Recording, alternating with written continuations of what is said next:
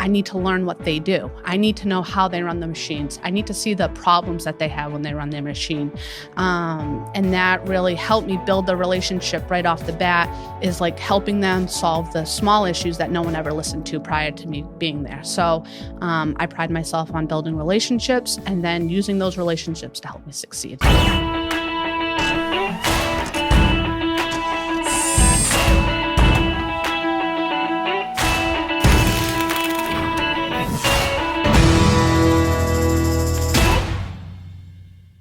A quick interruption to remind you to like, subscribe, and rate this podcast so we can get your feedback and know how to make it better. Hey, it's Ari Santiago. Welcome to another exciting episode of the Made in America podcast. I am really excited for this week's episode. I'm with Brittany Isherwood, president of Burke Aerospace, a dynamic aerospace manufacturer with locations right here in Connecticut and one in South Carolina. Brittany, thank you so much for coming on today. Thank you for having me, Ari. Well, listen, it's the Made in America podcast, so we start off with the same two questions. What do you make and why do you make it? All right. So Burke Aerospace is a high-end electric discharge machining, turning, and milling facility. We have, like you said, two locations, one in South Carolina and one in Connecticut. And we are not only a service provider, but we also make engine components for the aerospace industry, as well as IGT and straight for the military since 1963. Wow, long time in business. All right. So we'll definitely get into what you guys make, but let's talk a little bit about why. Okay. Why? So, I mean, for me, for me personally, it would be for, my passion for manufacturing. I've been in manufacturing my whole career, and it's stemming back from my first day that I walked into Wentworth Institute of Technology for mechanical engineering. And that's really what started this whole, process for me. And then I guess for the why for our customers is we want to provide them with, the best product that they can ever receive, with cost, quality, and integrity. So. That's awesome. Yeah. Well, let's go on the personal front a little bit. Yeah. I mean, I think it's awesome. Listen, you're super dynamic, very energetic. So I know it's going to be a great conversation, but you don't find too many women like thrilled to get into engineering. We could use a lot more of them. So maybe share with the audience and explain to me, what got you inspired to kind of become an engineer? Was it something your parents did? Was it just something you saw as a kid? What got you excited about that? Yeah. So it's not the typical story that you would hear. You normally hear that somebody, had their father's machine shop or their uncle's machine shop. That didn't exist with me, So I just went to a public school. I was really passionate about, math. And I remember I was in my AP calculus class my senior year, and they're like, you need to go to school for engineering. And I'm like, I don't even know what engineering is, but sounds good. So I applied to, many engineering schools, and I was at Wentworth. And initially I was looking at, Wentworth, and I'm like, oh, interior design, that kind of looks cool. But I know my teacher said engineering. I'm going to apply for interior design. So I get to the school. It's the open house, and I'm standing there, and I'm like, there's no way I'm doing this. I was like, I'm going to check out the engineering school. So I went back. I went to the engineering school. And I was like, this is where I need to be. I remember it was my first class as a freshman. We had shop classes. So Wentworth is really hands-on type of engineering versus theory-based. So with that, I learned how to weld, sheet metal fabrication, how to pour castings. And I was like, this is where I need to be. I liked seeing, a concept on a piece of paper and then making it. And I think right off the bat, having the hands-on type of environment really drove me to want to be in engineering. Where did you go to public school? So I just went to Fairhaven High. It's a small school in Massachusetts, obviously, with my accent. Graduated with 150 kids, so small town feel. And I knew, I'm a Boston girl. I want to stay in the Boston area. So Wentworth was perfect for me. It was in the College of the Fenway. So you had all the colleges around you. So, I was at a school that was very technical, mostly male. I think at the time when I was there was only 10% women, and most of them were in interior design and architecture. I think when I graduated, there was only 3 of us that graduated in the graduation in the engineering school. So it's it's different now. I always look back, and I actually am trying to get involved into Wentworth, from the women's side to drive more women into manufacturing because it's critical, and you can have a great career. So I mean, I think there's so much conversation about how do we broaden the workforce in manufacturing. It had been too kind of monotone for such a long time. And it's been so awesome on this podcast to have so many wonderful women, and you're just carrying on that tradition. Thank you. What was, were your parent, was there any hurdles you had to climb? Was everyone really supportive of your? Oh, no, absolutely not. I remember battling with the guys at Wentworth, who is this girl? Like, she's, we're not, like, they would kind of like band together against me, and I would be like, I'm not worried about it. I'm just going to keep my head down, keep working. North Shore girls, I'm getting this done. Right. I'm like, that's not going to bother me. I think, I was always the person in class even in high school, always sitting in the front and center. And I asked 50 million questions and I probably pissed everyone off in the class, but I was like, hey, I want to make sure I get the best out of, my education. And I was there on a scholarship. So that was critical for me to make sure that I succeeded. And I ended up graduating number 1 in my engineering class. So I was kind of like, I'm going to show these guys what's up. And I did. So, that's fantastic. Yeah. So like in high school, was it sort of the same? I mean, AP Calculus, clearly you were committed to math. You must really enjoyed it right from the outset. I did. Yeah. My dad had like a physics background. He was a high school physics teacher. So, I think it was kind of ingrained in us that, my brother was really good at math. I was really good at math. So I enjoyed that. I liked solving problems. So I think that also drove my interest in math. But yeah. And you had a high school, I don't know if they call them guidance counselors or whatever. I think they don't call them that anymore. Yeah, right. But your sort of high school guide sort of like encouraged you to go into engineering. Yeah, because they're like, oh, we got a female who likes math. Like, let's get her to do engineering. Like that was back then. There weren't many, and so they pushed that, and I'm glad they did, because if they hadn't, I could have been standing in that interior design class designing rooms right now, and it would be, I wouldn't feel the, passion and success that I have today.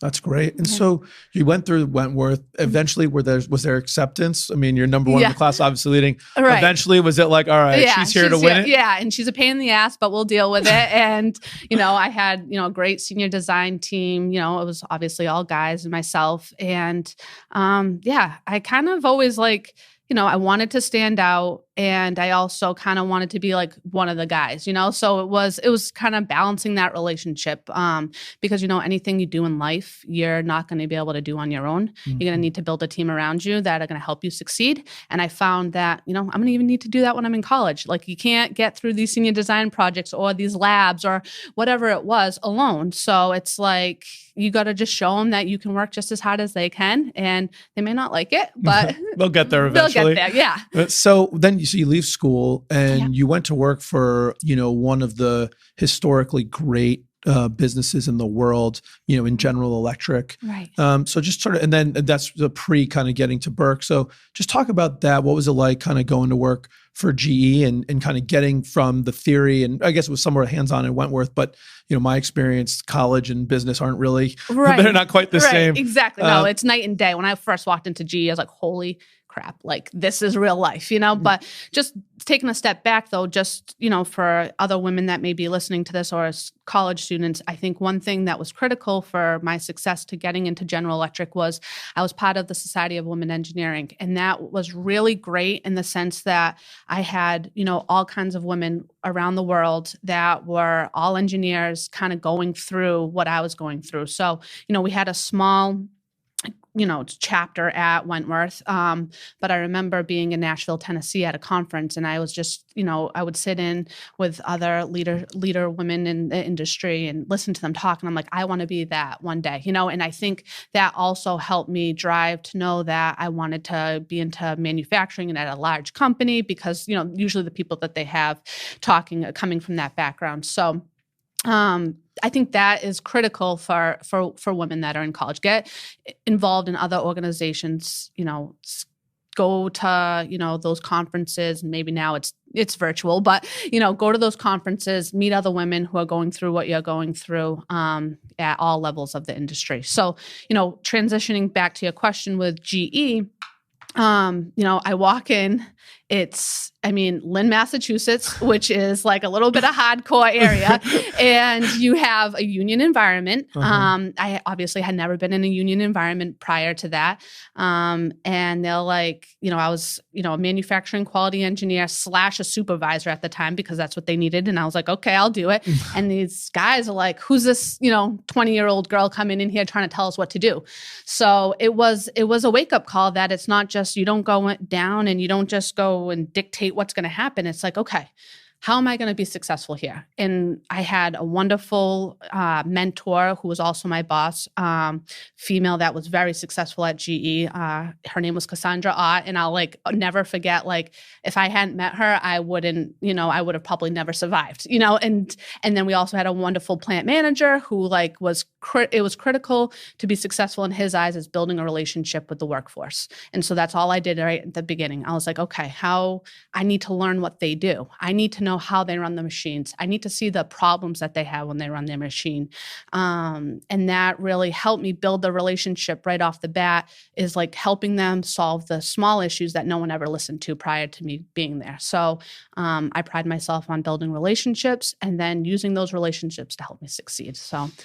Wow. That's, how long did it take you? That's a tremendous insight right there. Right. So, a couple of things that stuck out to me. I want to circle back to a lot of this, the mentorship thing, but and before we even get to that, this idea of saying, hey, if I'm going to be successful, I got to have the people around me be successful. And the best way to show them that I'm here to support them is to solve a problem that they have, that they can see I'm here for them. How did you, you gained that insight in your early 20s? Right. Yeah. And I think it might be some of the human nature character part of me. I've always wanted to make people feel good and feel better and feel listened. So, and then there was a culture prior to the plant manager that was there, it was us against them. It was management against the union. And his biggest, drive was, we're getting rid of that culture and we're all as one. We're not successful without them and they're not successful without us, and we're going to fix that. And I think having him drive that into the employees that worked from him from the staff level was critical. And then from there, I was I realized how much I can learn from the person running the machine. You're not going to learn that in a book, and you're not going to learn that from stepping afar and watching it. It's listening to them. It's being at that machine for 8 hours, standing right next to him and seeing okay, even the mat he's standing on may be hurting his back. It's the little things you could fix. And then okay, this person cares and listens. I want to see them succeed. So when I had a problem, hey, I'm having all these parts with non-conformances. I'm not really sure where they're coming from. They know where it's coming from, but he's no one's ever asked me, just ask me the question. So it's it goes back to the days in college. Never be afraid to ask the questions, even though someone may think you're a pain in the ass next to you. Who cares what anyone else thinks? If you can gain the knowledge from, school and gain the knowledge from the operator running the machine, it's only going to improve you to succeed. Yeah, that's a tremendous insight there for sure. Let's talk about mentorship just a little bit, because I think it is so critical. I often talk about how we often don't think something's possible till we see someone else do it. And then all of a sudden anything's possible. There's the classic example of the 4-minute mile, right? No one thought it was possible. Then someone finally broke it. Then all of a sudden people are breaking it. Talk about your mentor experience. What are some of the memories, that you have, and why it's so important to you? Right. Yeah. So, I remember, Casey, that was really my mentor through GE. It was she didn't take shit from anybody. And I was this girl's a badass, I was and I want to be like that. She, there was, many people would come to her with problems, and it was okay, if I don't have the solution, let me pull in the people that do. And watching her operate was just a drive for me. And then, we'd always have the one-on-ones in her office at the end of the day or on the weekend, whenever it was, when we're at GE with some downtime. And it was just okay, these are the problems you have in front of you. And she would help me work through those problems and see a different aspects and, lay out a career path to me that, my other people may have been telling me go this way, but she kind of laid out, okay, well, you can kind of tailor it to what you like. You don't have to do, a lot of times at big companies, they tell you got to do this job for 18 months, you got to do this job for 18 months. And that's the way you climb the corporate ladder. But she's but does that make sense for you? Because I remember I was a manufacturing quality engineer and I had an opportunity to leave 18 months later into another role, but I was I didn't get a full depth in this role yet. And I want to stay here for maybe 3 years and really be the expert in the area. Because I felt a lot of times you would move too quickly and then there was no expert, so she made me see that wasn't going to hold me back in my career. It was actually going to make me a better employee to gain the expertise. So now I actually am a mentor for a female that's in engineering school, and she's very young in her she's a freshman this year, going into her sophomore year. So it was, it's nice to like now pass that information on to her and kind of explain to her, this is what my career was like at a big company like GE. This is what my career is like at a family-owned company, which is very few of, left in the aerospace industry. So I want to continue to like bring on other, students or young women in their career to make them, listen to the things that you may go through in your career and know how to handle them, or just give advice on, things that they may be experiencing through college like I did with people giving you a hard time, Yeah, no doubt about it. Always helps be mentored by a badass. Let's say that right off the rip. So to kind of walk me through, you're at GE and you just alluded to the fact that you left GE and sort of started a different career path, at a relatively small, certainly compared to GE, family run aerospace business. So maybe just walk us through like what kind of got you to the end of the career at GE and made you say, you know what, I don't want to, sort of climb the corporate ladder. I didn't want to go from, GE to UTC or whatever. I'm going to go from GE to what I think at the time was called Turbine Technologies and now Burke Aerospace. Yeah. So, I went through GE. I was there for 8 or 9 years. And, I did every position in I loved operations. So I did, the manufacturing quality engineer. I did the cell leader role. I did the business leader role. I did the cost role. I did a bigger business leader role. And what I found was once I was in the largest business role that they had in the area was, I either had to move, and it would be, to another GE facility, or I would need to get out of operations and do something else. And I was like, I just love the operations piece. And I love the area that I live in. So I'm like, what can I do now? So I had a wonderful relationship with Burke Aerospace, formerly known as Turbine Technologies, and they were a supplier of mine at GE. So the business unit that I ran at GE was large combustors. So in a combustor, you have a dome inner and outer. It's the area where the engine gets cooled. And so there's a lot of cooling holes. And within cooling holes, we were farming that operation out to Turbine Technologies. And I remember it was like Christmas Eve. And, of course, I'm working and, it's getting to the end of the year and I need to, get out, I don't remember, X amount of combustors. And I called Turbine and I was like, listen, I need you to get parts. I don't have a driver to bring them back. I need you to bring them back. I don't care. It's Christmas Eve. And the CEO of the company drove the parts to me and met us in the parking lot and brought me the parts. And I'm like, that's the person I want to work for. Like, there's no job too big or too small. Mm-hmm.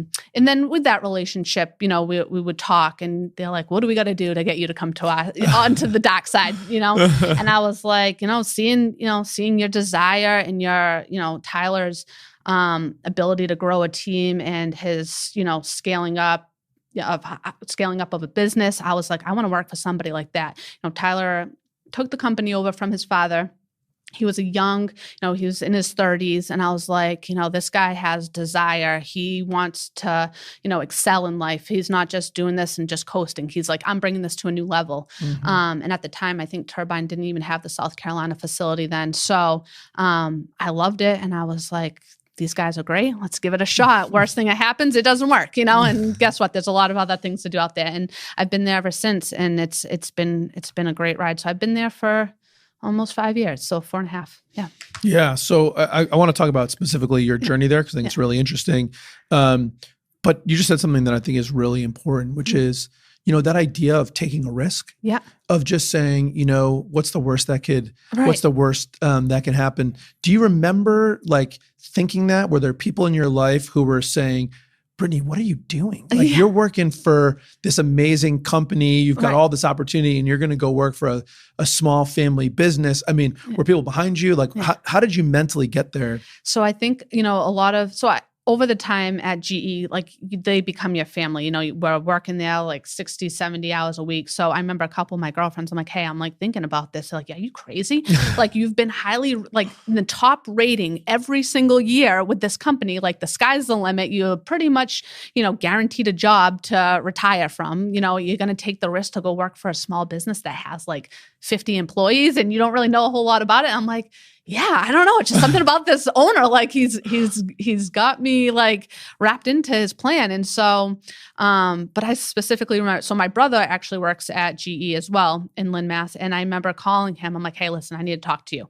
And I'm like, what would you do? Like, this is my situation. He says, do it, like take the risk, and I was like, all right, I'm going to do it. I'm going to do it. But of course, I had the folks saying like, just stay here. It's comfortable here. This is what you know. But for me, it's like, I never want to be comfortable. I want to take, I'm 34 years old and I'm a president of an aerospace company. Like I'm taking a risk there, and I love it. I love every challenge that gets thrown at me every single day. So I wouldn't change a thing. You're a pretty big badass yourself. Yeah. So let's talk about the journey at Burke. And so, you joined at the time, again, Turbine Technologies, now Burke Aerospace, and you started off in sales. Yeah.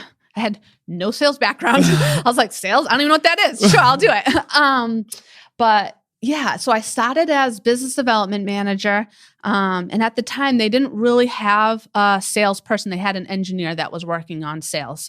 So I knew right off the bat that I could make a big impact. There wasn't a big push for sales. So I was like, okay, what I can do is, I know combustors in and out. I've been with combustors for 10 years. Like, this is what I know. So I just kind of was like, all right, I can be successful. I took my relationships that I had at GE, and right off the bat, I had a lot of work coming in, because I knew what was out there. And then from there, it was, Tyler always, was like, okay, I want people to get more education, read the books, do the training. And he always like supported that, where I didn't feel like I didn't really have a lot of time when I was at GE to like look ahead. It was kind of like tunnel vision of like, okay, how do we get through the week, So I learned a lot from that. I joined the ACM, where, I remember sitting in the first ACM meeting with this was the business development meeting. So you have all these guys and a couple females all, in the sales role. And I'm like, okay, like I need to use this network to help me.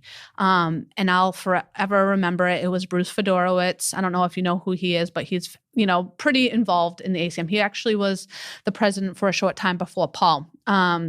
So he was on our board of directors, and it was probably the first couple months in, and he's like, all right, we're going to do a whiteboard session, and I'm going to just talk. And he was business development for GKN. He's now retired, but he was very successful in his role and always had been in sales. And he really just transformed me into how to do sales, and he went through, what are your threats? What are your, opportunities? What are your weaknesses, strengths? What are the competitors doing? And he just had me thinking, like a salesperson. And, still to this day, I still talk to Bruce every week, and he's actually, helping me at transitioning our new salesperson. So I think really using the network of the ACM has really helped me in transitioning into sales. But it was fun. Yeah, no doubt. Just a really quick side note to anyone that didn't know this, ACM's the Aerospace Components Manufacturers. It's a trade association for aerospace. And most people probably know that, but just in case. Yeah.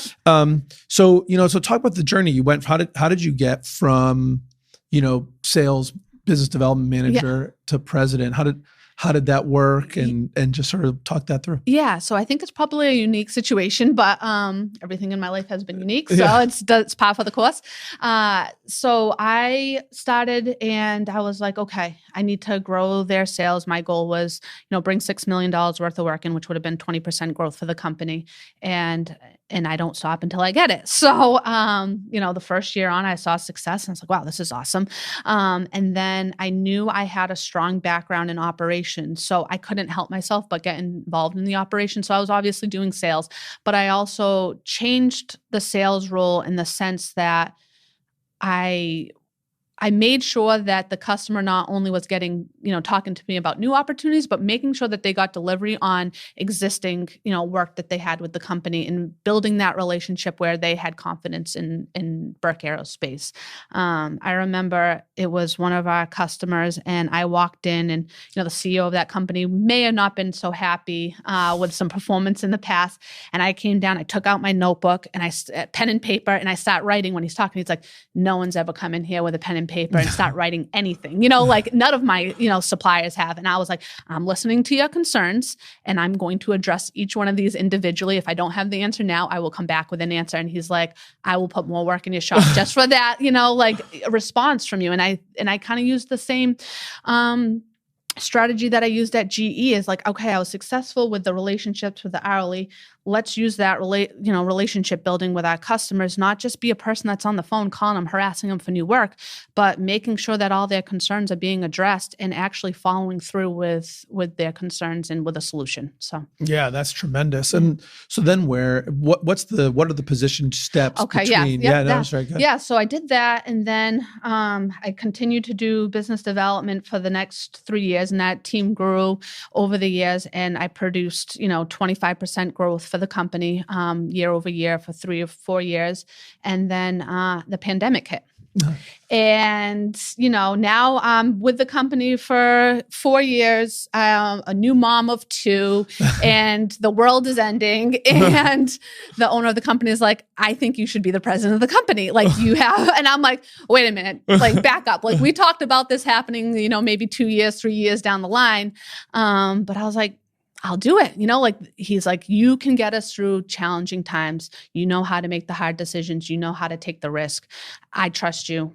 Let's do this. And so I was like, all right. At first I was like, what am I doing? I remember like the first week, like I went from being in a sales role, just worrying about my customers with no direct reports, to having the whole company work for me. So I wouldn't change it. Again, I wouldn't change it for the world. It's been a great opportunity. It's obviously been challenging through COVID and the aerospace industry, as you know, on the decline. But I think we're going to come out of this a lot stronger than we entered it. So yeah, that's really great. And then throw in the fact, brand new mom of 2. Yes. You guys also don't live around the corner from any of the facilities, right? Because you still make your home kind of North Shore of Boston. Yeah. So what's it been like running a aerospace manufacturing business through COVID? I mean, this has been a challenging time for many industries. Some have fared better because the pandemic, certainly been good. Technology, we're coming from obviously, if you own Zoom, you're pretty happy. Yeah, exactly. If you own an airline, you're less happy. All right. So where,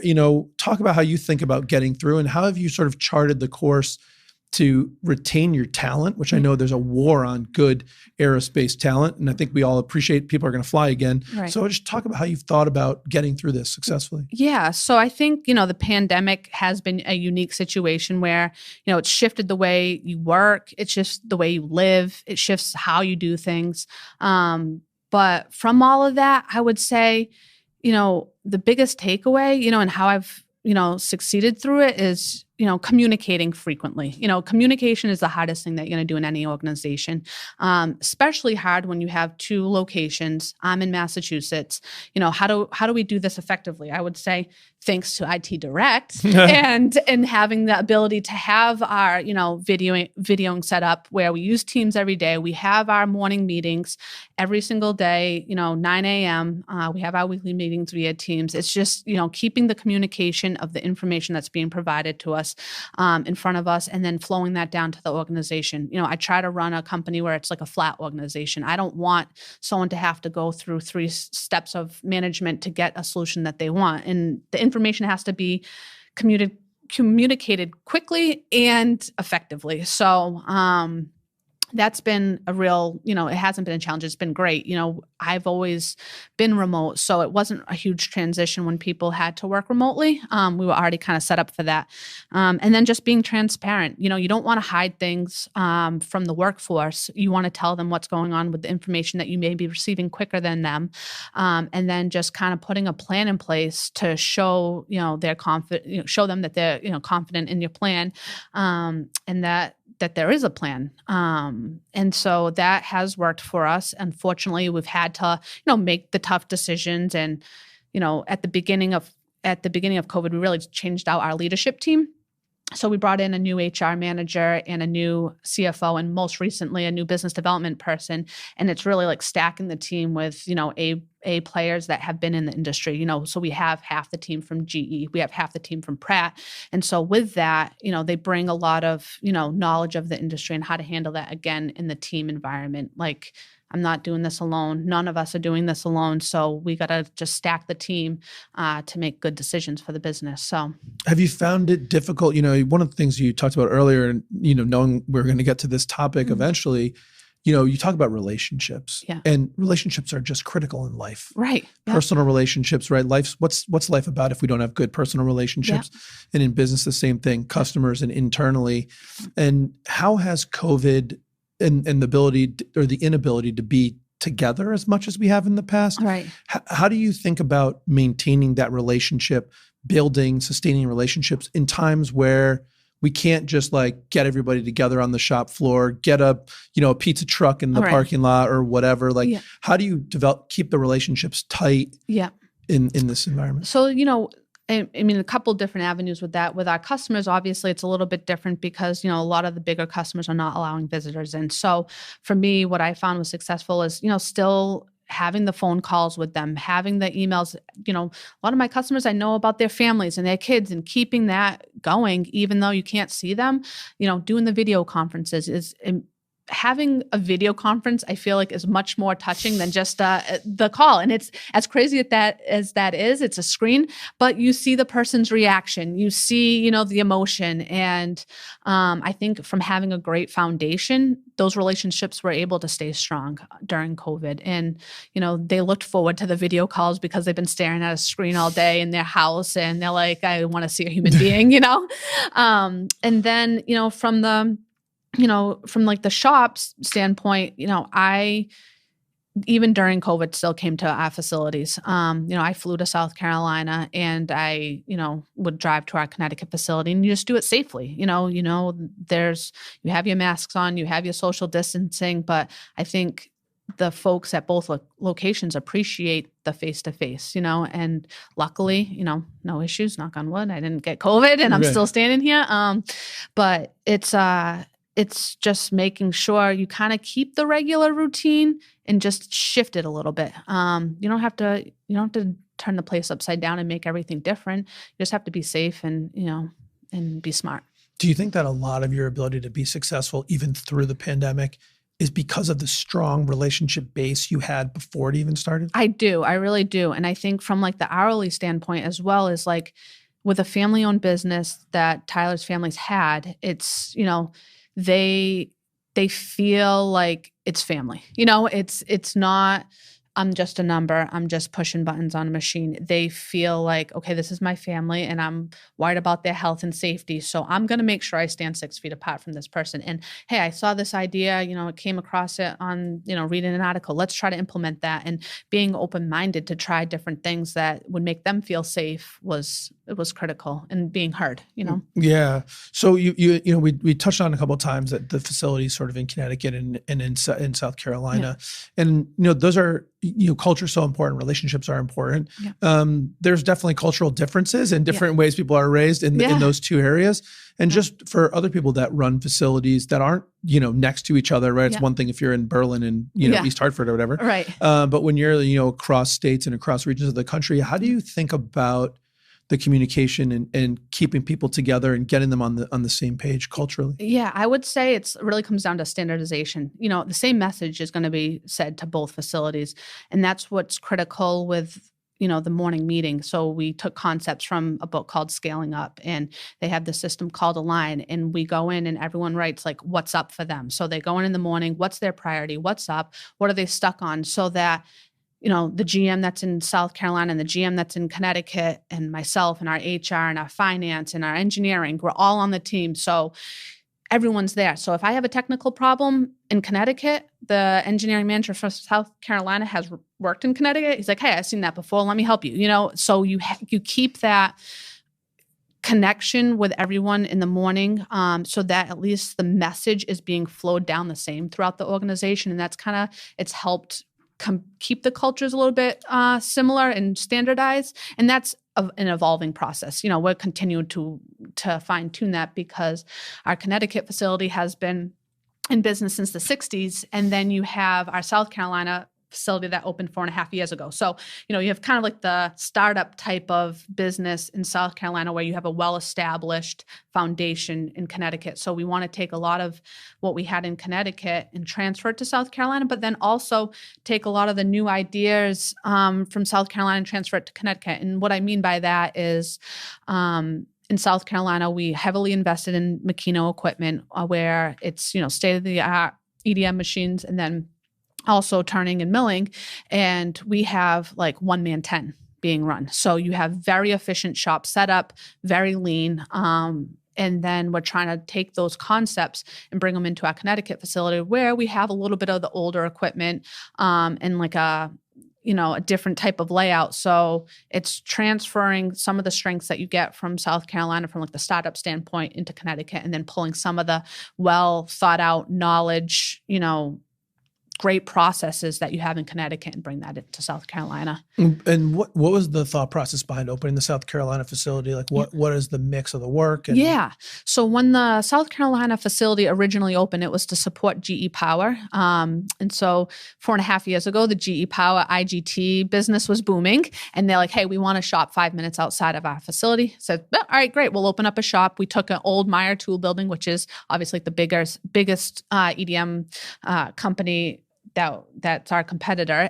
So we went into one of their buildings and, we were supporting strictly GE Power. And then the IGT business went down. So the IGT business went down at the same time as I was starting with the company. And so what my task is like, get us aviation work here, get us aviation codes, which is not the easiest thing, getting supplier codes for the air, GE Aviation, it's like an act of God. So it happened. And so now we support both IGT and aviation work down in our South Carolina facility. I would say more so aerospace. I would say the split's about 60-40, where before it was like 80-20, right? Yeah, right off the bat.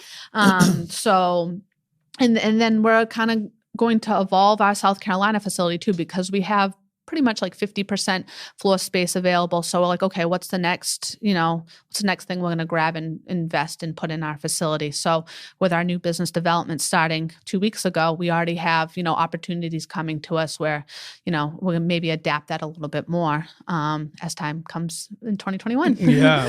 Those are already here. Yeah. So talk a little bit about, it's interesting, your small family business, Yep. In the grand scheme, not that small, but small in the real world scheme. Yeah. And you're the first leader of the business that's, last name isn't Burke. Yes, right? Exactly. Yeah. And it's, so it's been 60 years or so, maybe. Yeah. They've been in business, and now here we've got kind of almost a year-in anniversary of somebody not named Burke running it. Yeah. For people out there that are either thinking about, who are the family business, thinking about transitioning a non-family member in, or for people that are non-family members that are in the role, right? Like, what are some of the lessons that you've learned? What are some of the successes? How have you guys made it? Because it's just seemed like it's been really successful, both from your perspective and from the Burke family, or Tyler specifically. Yeah. How do you guys make that work? What's the communication like? Talk that through. Yeah. So I would say, I think, the biggest thing, because I wasn't part of the family and I didn't see what happened in 1960 and, I didn't sit through those meetings that Tyler forever ingrained in his head. It was just like, I just was forward thinking, I don't really care what happened in the past, but what I know is what worked at GE, and obviously GE trains leaders. They train you on operations. You go to the Crotonville school and they, sit there for a week and they just fill your brain with really, really great information. So I just took what I knew from seeing things be successful at GE, and I'm like, we're going to implement this here, and we're going to see how this goes. And it could fail, it could be successful. And so far it's been successful. And I think, from like the communication standpoint, I remember when I first started, Tyler was like, you got to meet my dad, and I was like, shoot, yeah, like I do. So, his dad is up in, Vermont. And so we went to his house and I was like, he's picking my brain, like, how are you going to do this? Like, what's, he like still forever wants to be in the business. And I was like, this is great, but it was nice in the sense that there was no like pre-established, back history that I knew like I didn't know you were given free rein to just kind of make it happen. Yeah, exactly. And Tyler's like, I'm not going to micromanage you. That's not my style. I'm going to let you do it and don't fail more than twice, So, all right. So I was like, okay, fair enough. And when I do make a mistake, I'll learn from it and hopefully not do that again.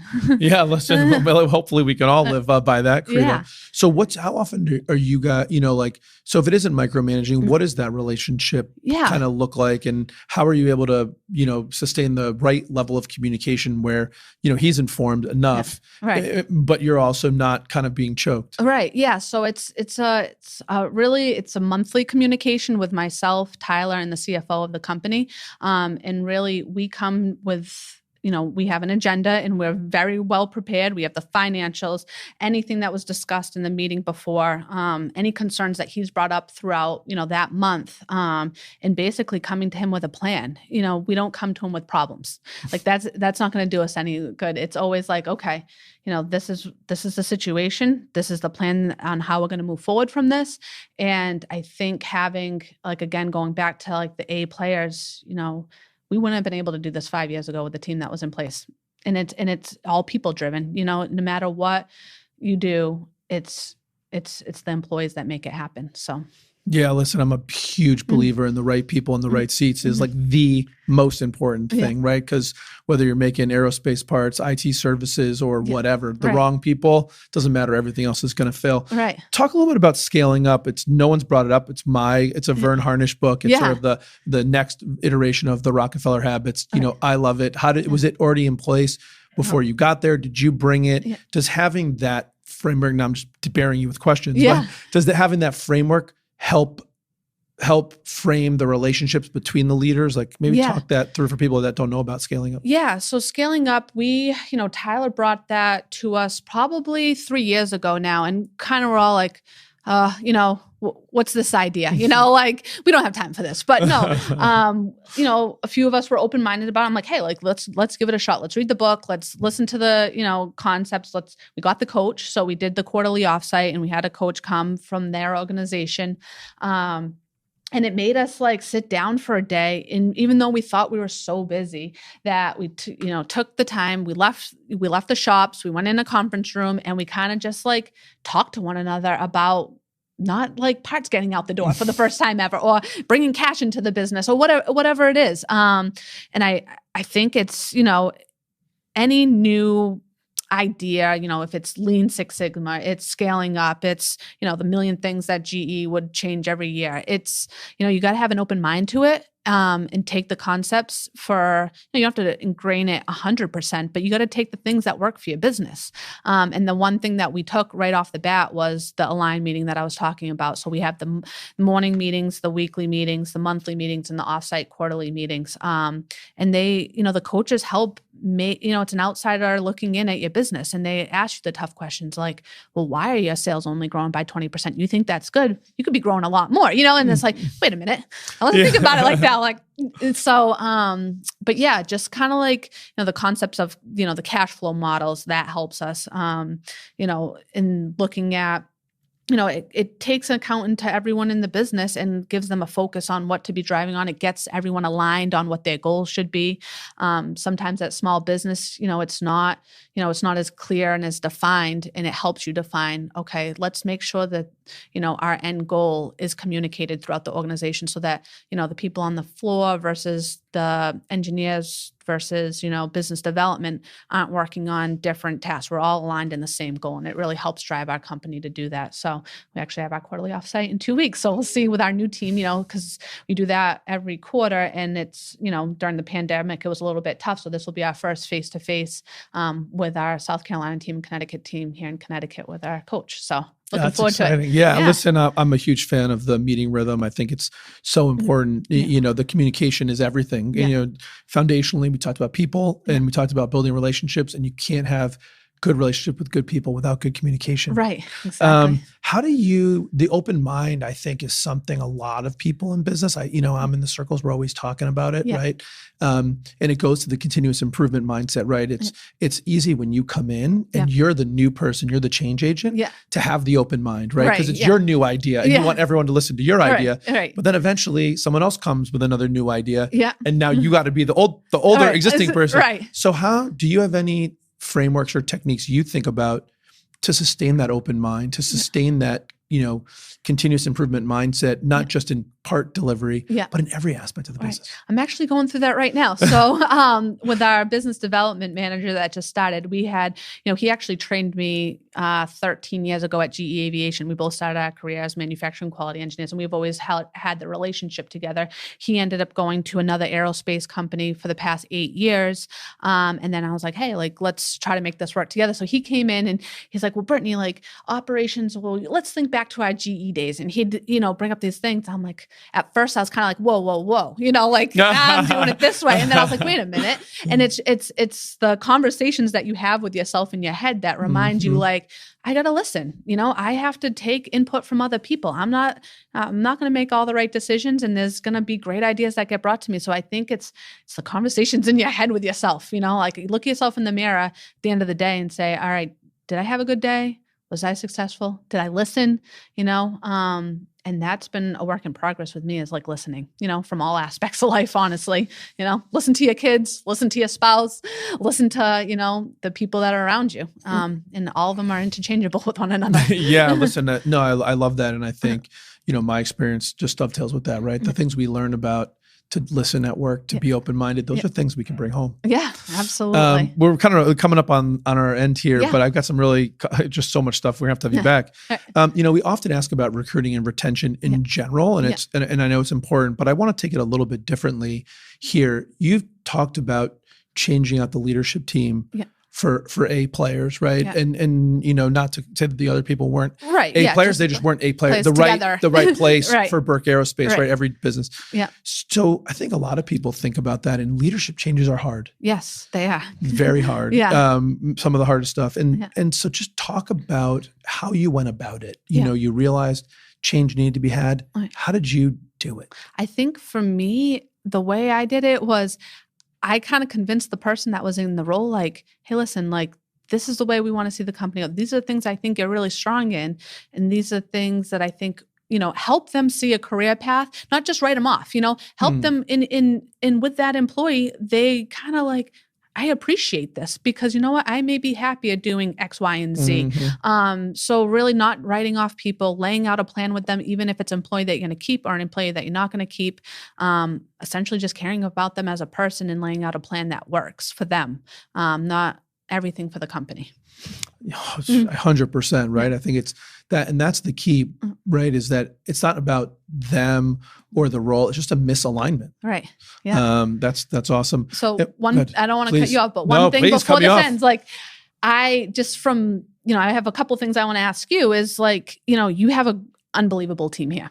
I am your customer. Right. Tell me how you built your team here. What do you do on a day-to-day basis? You are badass. Look at you go. Right. I'm you're amazing. I want to take some things from you out of this interview. So, tell me how you built the team, these great people that you have in this room. Everyone from the person I talked to when I walked in the door to sitting here with you, it's impressive. So how do you do it? Yeah, appreciate that. I mean, listen, I think it's a lot about what we talked about. It's a lot, in my view, one thing that occurred to me, I didn't start off this way. Right? I started off not knowing what I was doing. Yeah. And I think it was about understanding what you were saying. Yeah. It's about not being afraid to sit in the front of the class and just be the one to ask a lot of questions. Yeah. I started this business when I was 24, 25 years old. Yeah. I didn't know anything, and I've told people a lot of times, I had the fortune or the misfortune of being successful pretty quickly. Yeah. And I thought that was all because of me. Yeah.